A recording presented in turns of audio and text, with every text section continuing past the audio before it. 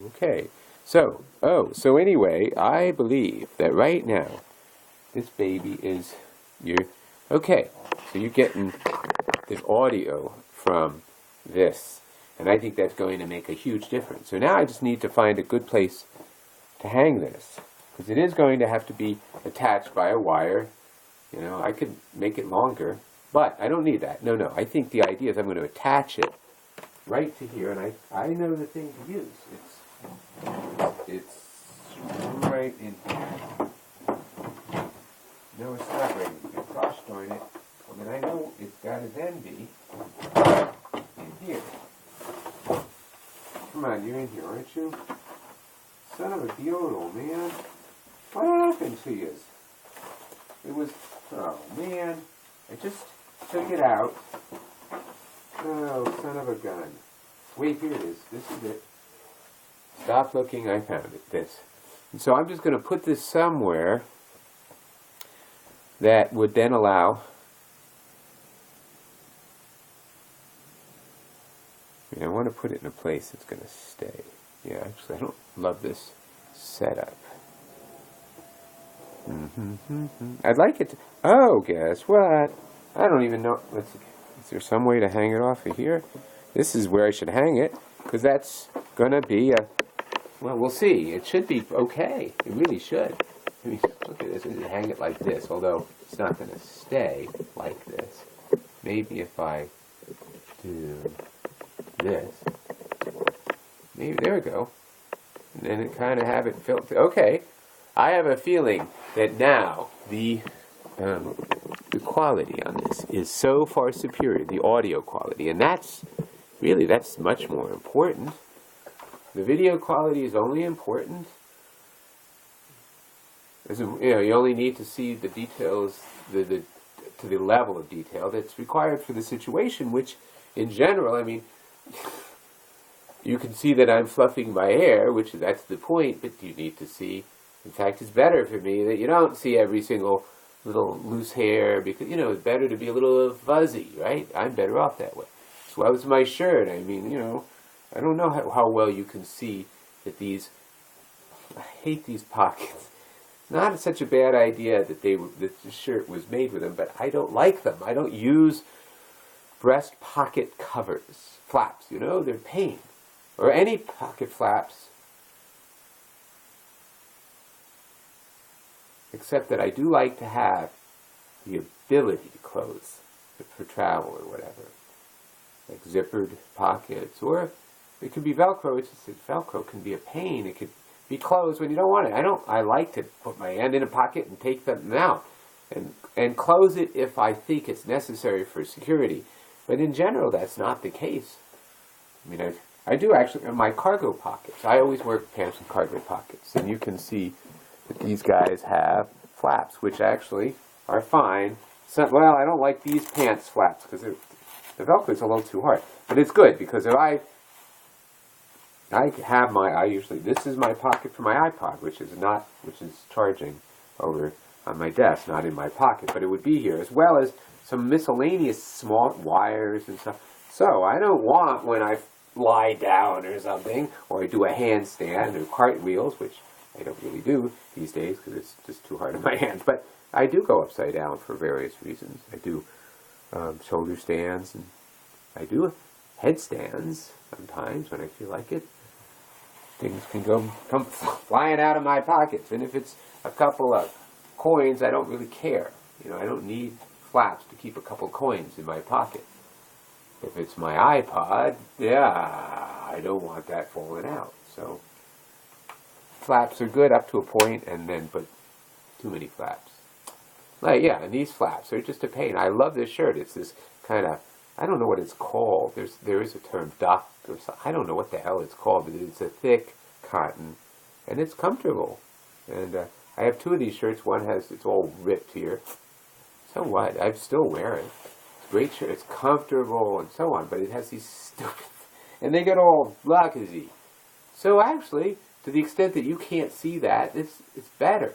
On the other hand, to the extent that you can't distinguish between, say, luck. Hey, luck, buddy.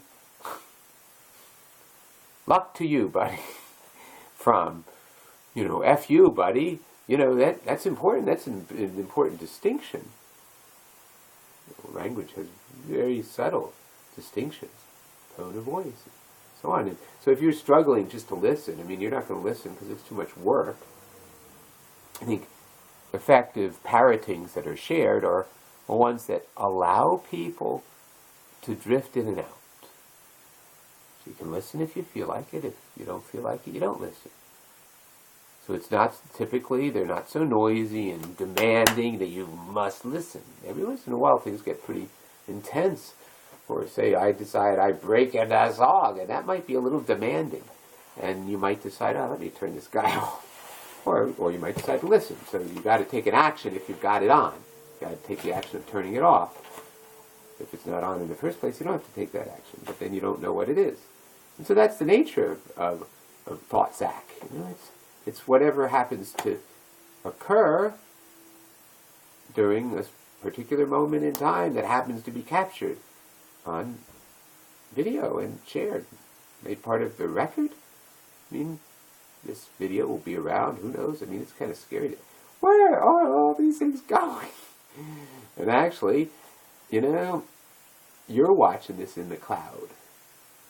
But it ain't stored permanently. There's a copy not on the cloud. There are 2 copies, in fact. And they're in different places, physical locations, and they're not connected to anything. Other than the building, yes, if the building collapses on them, you could say they're connected in that way, or if it burns. But at least one of them's in a fireproof box. So.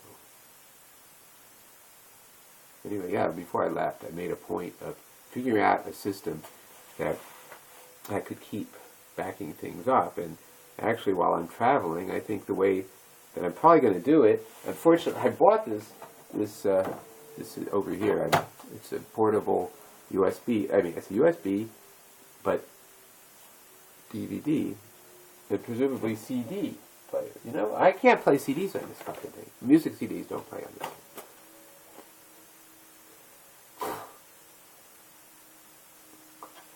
Come on. You're selling me a DVD player and it can't play CDs?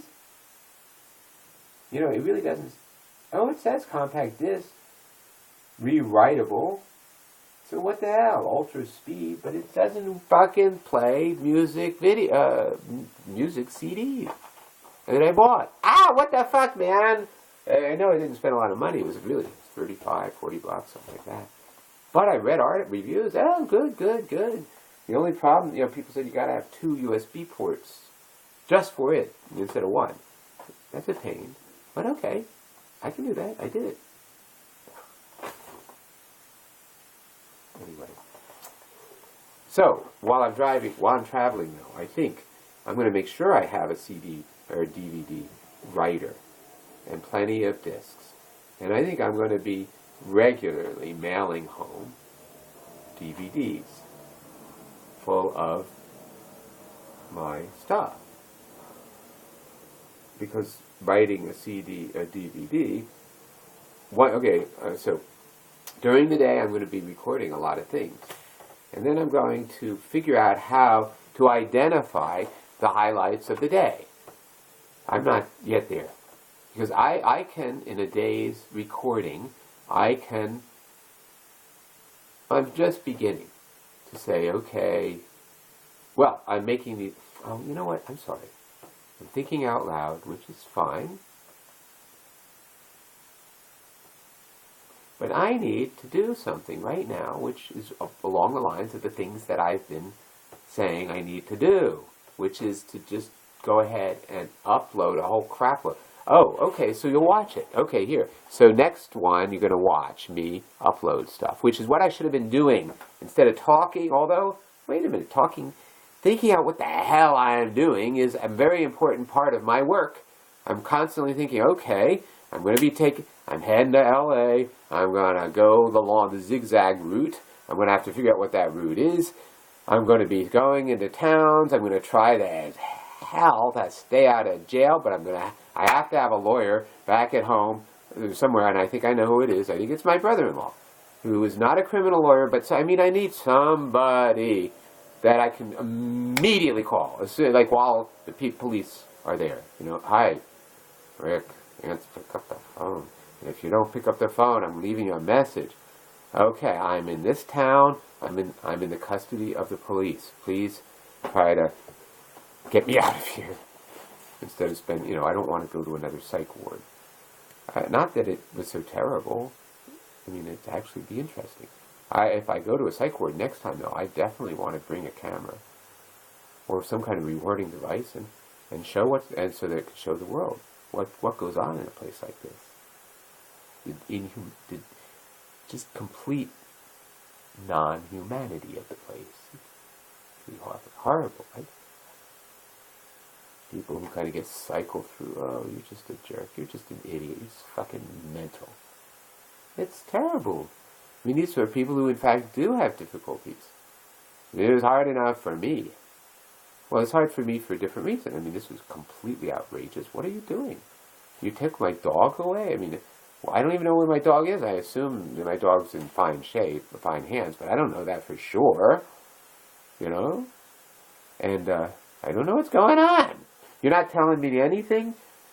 I expected, okay, you're bringing me to the police station to ask me some questions, but guess what? What were the questions you were asking me? What is your diagnosis? Why aren't you admitting to the fact that you have a psychotic, serious diagnosis? I told them exactly about the therapy, 8 years of therapy that I did, and the 3 years of which I was also working with a psychiatrist in conjunction with my therapist. We tried out all the drugs because my symptoms, she kept saying, yeah, we've got to be able to do this.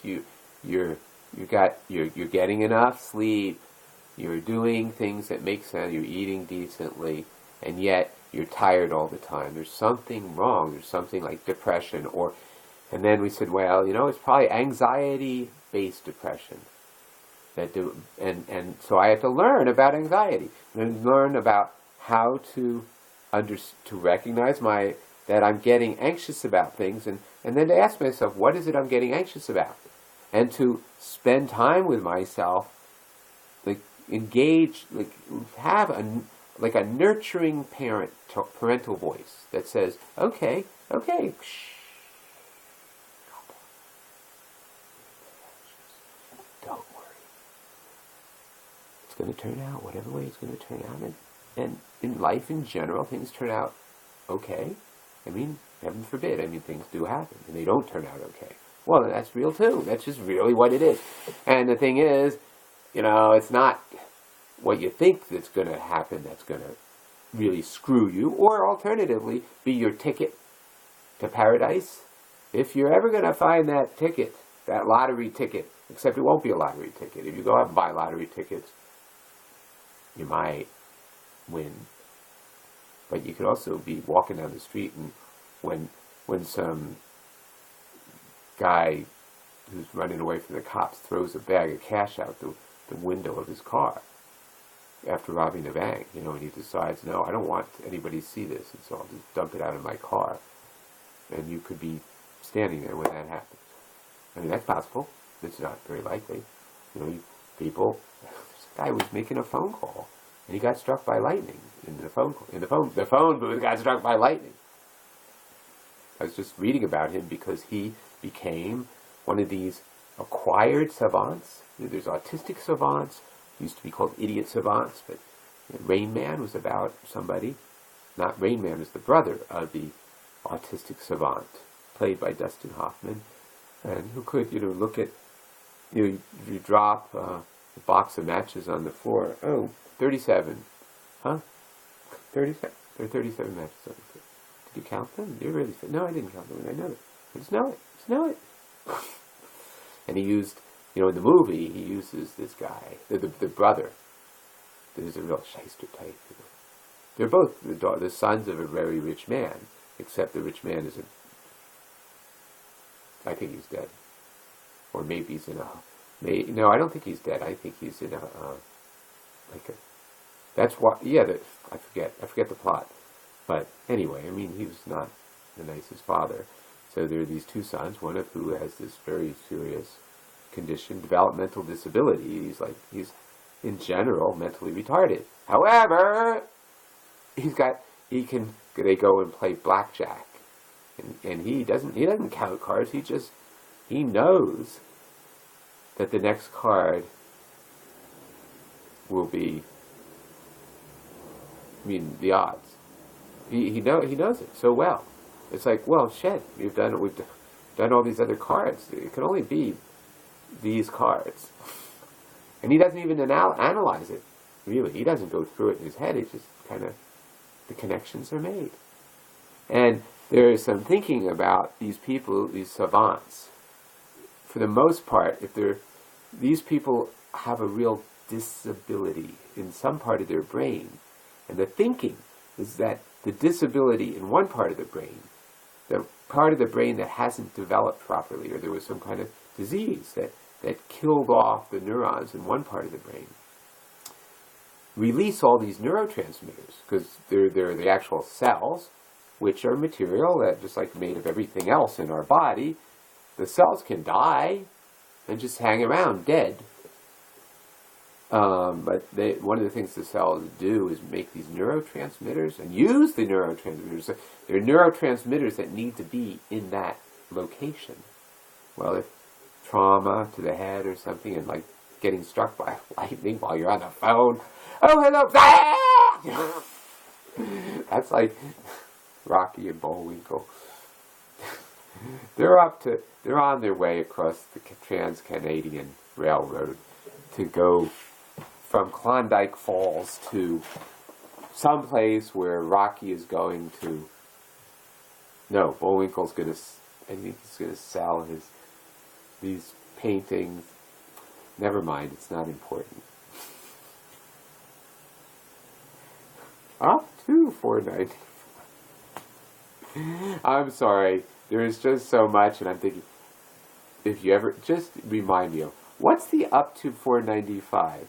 That's just so funny. I don't know, and I'm not sure I could do justice to it. That's Boris Badenov, with, the short guy, the real short guy, and then he's with Natasha Fatal. Femme for short, No, he never called her Femme. Tasha, Natasha, whatever, baby. I forget what he calls it. But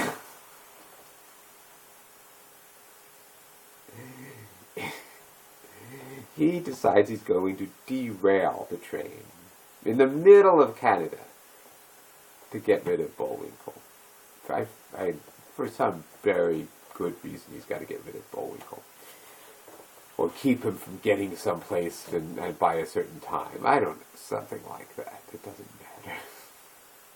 So he's got this crowbar, and he's trying to derail the train. But little does he know that this train out in the middle of Canada has a third rail. So as soon as he does it, of course he's like frozen with his hands on the thing, and he's like, buzzing, and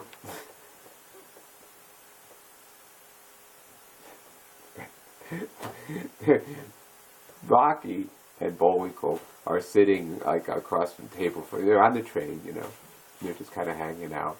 Well, maybe they might be in the dining car, and well, whatever, the newspaper car, that's it, the observation car maybe. Rocky, I think, is reading the newspaper, and Bullwinkle goes, gee, I just saw a man who's all lit up. And Rocky, he goes, oh, gee, I didn't know the bar car opens this early. I don't know, maybe it didn't sound as funny to you as it, you gotta watch it, I didn't say that maybe I blew it, spoiler, uh-oh.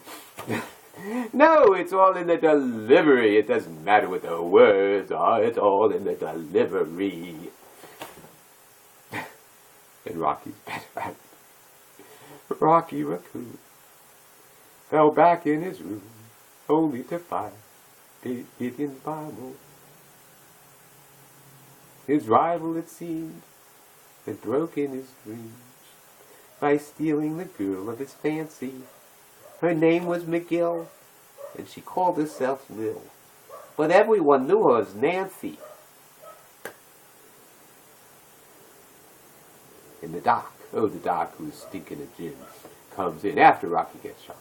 And mixing it up. I mean, don't worry. There's a beginning and an end in the middle. And I'm not really guaranteeing which one is, which, where, and whoever. So, Rocky, the doctor comes in, stinking of gin, and proceeds to read Gideon's Bible.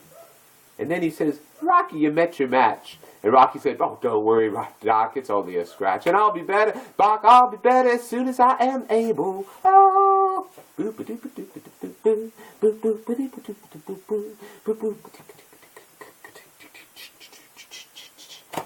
So anyway, 21 minutes. What are you doing, man? What you doing, man? Who was saying that? What are you doing? What are you doing on my back? Get off my back. Get off my back. Who says that? Susan Sarandon. No, Meryl Streep. Well, no. Get off. What are you doing, man? What are you doing? Well, she does the Taylor of Gloucester, but I think she does another one in which, what are you doing? Get off me. I forget. It's not from the Taylor of Gloucester. It was another one of her stories. Well, she also did, the bunny guy, in the garden, Peter Rabbit.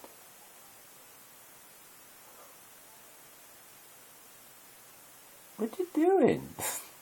Get off my back. What are you doing? I don't know. It's, I'm not sure it's Meryl Streep. Could be. What are you doing? Hey, get off my back. Jump. I'm not a, you large chump.